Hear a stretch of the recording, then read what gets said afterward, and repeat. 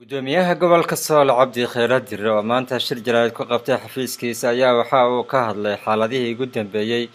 ee deegaanka Tukarraq. Gudoomiyaha ayaa waxa uu fariin u diray maamulka Puntland waxaana uu sheegay inaanay faraha ka laaban doonin haddii ay soo qaadaan dagaal isla markaana ay tagi doonaan duleedka magaalada Garowe ee caasimadda dowlad goboleedka Puntland.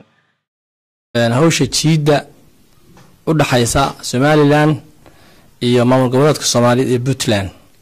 saad la socotaan muddo hadda laga joogo 7 maalmood waxa isku horimaad ka dhacay deegaanka Tukarraq meel jirta 12 kilomitir oo la Gudqaboobe oo ah gobolka Sool deegaan kamid ah Jamhuuriyadda Somaliland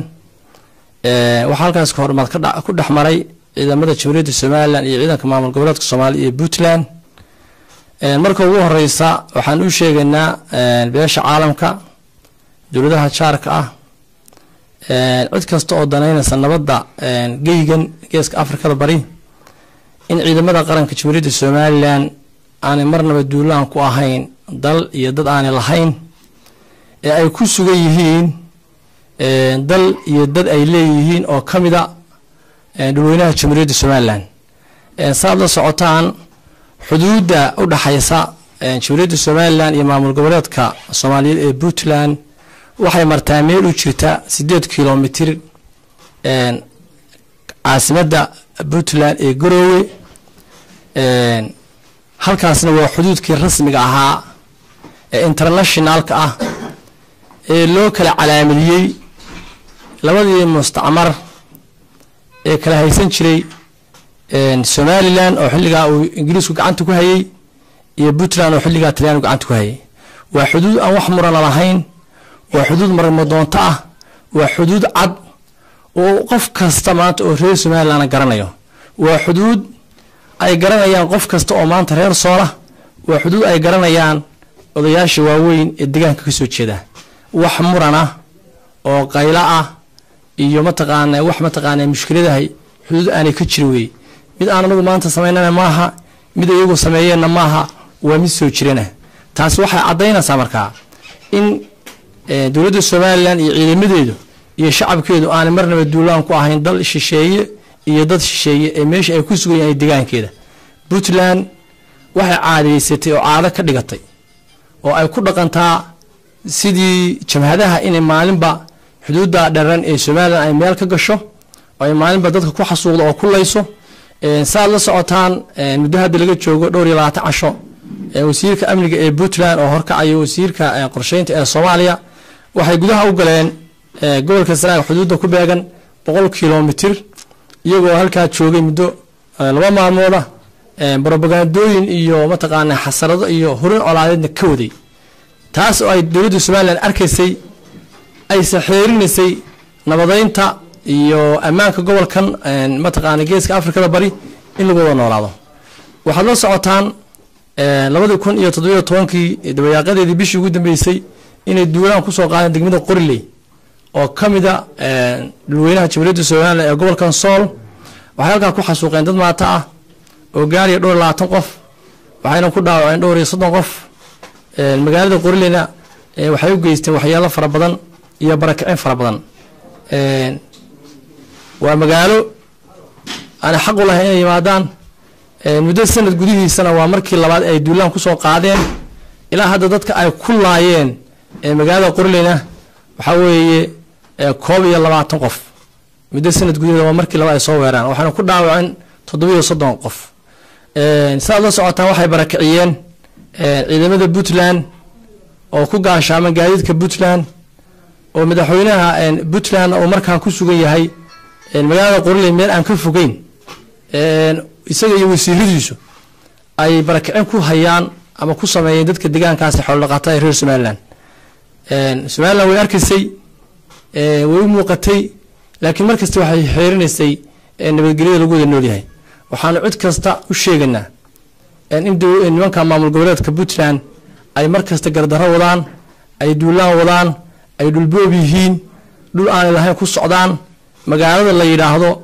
Buuro Wadal oo ah magaalo kamid ah gobolka Sool ee Somaliland waxay dhibaato kaga hayaan xagga deegaanka waxay seeraysteen dhulkii daaqsimeedka xoolaha waxay seesteen ama dhismayaal ka bilaabeen magaalada hareeraheeda saad la socotaan waxaa lagu dhisay dhulka ama lagu seereeyey baroomada ciidamada Puntland wax cad weeye wax qarsoon maaha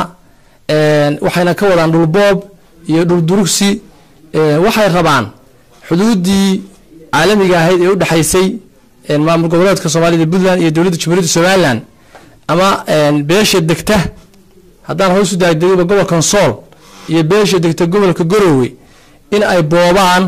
iyagoo shaarkii maamulka Puntland huwan hadday tahay mataqaana ay sheeg dhulka xoolo daaqsimeedka iyo hadday tahay dhulka deegaanka waxay wadaan inay xuduud beenaad ka sameeyaan meelaha qaarkood sida mataqaana meesha la Falerial oo kale ay u soo reen xuduudii caalamiga ahayd waxaan u sheegnaa inaan yeelin waxaan u sheegnaa inaan suurtagal ahayn waxaan u sheegnaa anigoo afka ku hadlaya xukuumadda Jamhuuriyadda Somaliland iyo ka gobolkaba in aan ka dul qaadanayn taa ka dhul kamid oo dhulkayga in la qaato hadday tahay dhinac walba oo xuduud aanu ka leenahay maamul goboleedka Soomaaliya ee Puntland waxaan u sheegnaa dawladda federaalka oo iyadana madaxweynuhu ku sugay maanta gaalkacayo hawsha inay og tahay oo qayb ka tahay oo ciidamadii federaalka saan warku ku hayno iyagana ay abaabul ku jiraan qaarkoodna la sheegay inay keeneen waxaanu leenahay oo beesha caalamka mar labaad ugu celinayna Puntland gardarra ayay wadaa cad hadday tahay wasiirkeeda amniga iyo hadday tahay madaxweynahooda maamul goboleedka Cabdiweli iyo hadday tahay barasaabka gobolka Nugaal lagu magacaaban intuu waxay miidiyaha marinayaan oo ku dhawaaqayaan oo ay cid walba u sheegayaan inay dagaal diyaar u yihiin inay dagaalamayaan inay weerar yihiin inay mataqaana ay hawsha ayada ay dagaal ka wadaan annagu waxaan u sheegnaa dagaal ma wadno dhulkayga baan joognaa deegaanadooda waan ku sugnahay haddiise ay dagaal soo qaadaan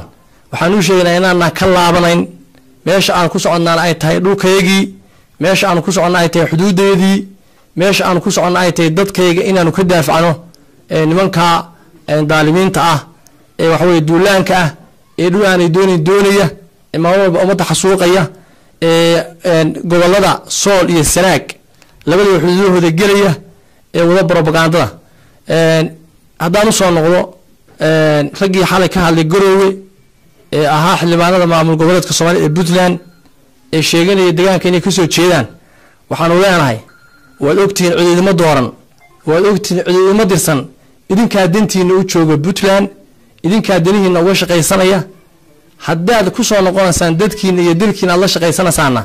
alxamdulillaah rabbil caalamiin haddii kan waxaan leenahay waxba u tarimaysaan dadka waxa dhibaatahan kuma haysaan waan ognahay dagaal soo gelimaysaan dadka soo hurnaysaan dabka soo hurnaysaan ka daaya dadka mushkiladda ka daaya aad ku wadaan iyo waxa weeye ciidamadan iyo waxa soo hurnaysaan ka daaya waxa ku soo wadaan waa dhulkiini iyo ummadiini iyo reerihiini iyo caruurihiini iyo ilmaadiradin Garowe haymayso Garowe la wada joogi maayo hawe haddaad moodo in aanay dhibaato idin gaarin dhibaatadu waa imanaysaa Garowe gudaheeda inay imanaysaa ciidamada Somaliland waxay ku sugan yihiin xuduudoodii way tagayaan cidna duulaan ku noqomayaan hadalkayga waxaan kaga baxayaa haddaad dagaalka deyn weydaan oo aad jeclaysataan dagaalka de waxa weeye dagaal ha jeclaysan baa la yidhi sida ay diintu qabto laakiin haddaad jeclaysataan de waa is arkaysaan idinka iyo mataqaana ciidamada Somaliland faraha ka laamaysaan ka laamayno balankeena wuxuu noqonayaa haddii Ilaahay yiraahdo inaynu isku wareysano xuduud aan leenahay bidmillaahi kariim horta ciidanku hadda tukaraq ma joogo wuxuu ku sugan yahay Godqaboobe oo tukaraq u jirta 12 kilomitir laakiin markasta istiraatiijiyadda dawladda ka go'an dastuuriga waxa weeye in la ilaaliyo dhulka in la ilaaliyo dadka in mataqaanaan xuduudeeda anigu si nabadgelyo ku tagno haddii la yiraahdo odayaasha deegaanka tukaraq xeedhan la sameeyay waxay sheegeen inay ka biyadiineen inay kula kulmaan sidoo kale ciidamaduna ay difaac ka galeen magaalada hareeraheeda dad badanna ay ka qaxeen maxaa lagu sifeyn karaa wala oran karaa kulanka ay odayaashu diideen inay kula sameeyaan waa odayaasha deegaanka tukaraq anigu ma hayo odayaal diiday haddaan kaaga jawaabo faaraxo su'aasha ayadaana tirada laba jeer baan tukaraq tagay hawlihii aan u tagay aan u idmadaan waan ka soo dhamaystay warkaasna waa mid ku kooban gudoomiye waxaan wada ognahay in maamulka Somaliland uu dhowr jeer tagay deegaanka tukaraq isla mar ahaantaana uu dib uga soo noqday ma odhan karnaa maantana waa tii oo kale mise waxaad leedihiin horaa loo soconaya wax soo noqosho leeyahay ma jirto ciidankuna wuxuu joogaa desad ka warhayso oo ku sugan yahay hadeerto deegaanka Tukaraq degmada Tukaraq laga xukumo meesha la mataqaana ay sheeg godqaboobe xuduudana si nabadgeliyo ah loo tagayaa haddii ay si nabadgeliyo ah loo tagi waayna waxa weeye dawladdu waajibaadkeeda dastuuriga ah ay qaadanaysaa waa tan su'aasha ugu dambaysa ku diinay gudoomiye waxa weeye buro wada ismada deegaankana way ku shireen go'aan bayna ka soo saareen waxayna ku baaqeen in Soomaaliland lala dagaalamo adiga ka gudoomiye ahaan sidee u aragtaa baaqa ismada ka soo yeeray ismada aniga ixtiraam u haya oo ismadeedu yahay hadda waxa la yidhi go'aamadii hore ay soo saari jireen kale Soomaaliland way gaareen wararka sankoyna waxa sheegaya meesha dad badan ay ka qaxeen xaalad culaad awgeed xaalad diyaar ay ka jirto saxaafadda madaxa bannaan ay u diideen inay goobta tagaan idinka ku dhilmeen la oran karin baaco hurun iyo barakicin dadka ku wada wax dhibaato oo tuwa qadar aan ku ogahay anigu ma jirto saxaafadda omaana diidin waana ku marti qaadaya tukaraq inaynu tagno oo indhiina ku soo aragtaa wax ka jira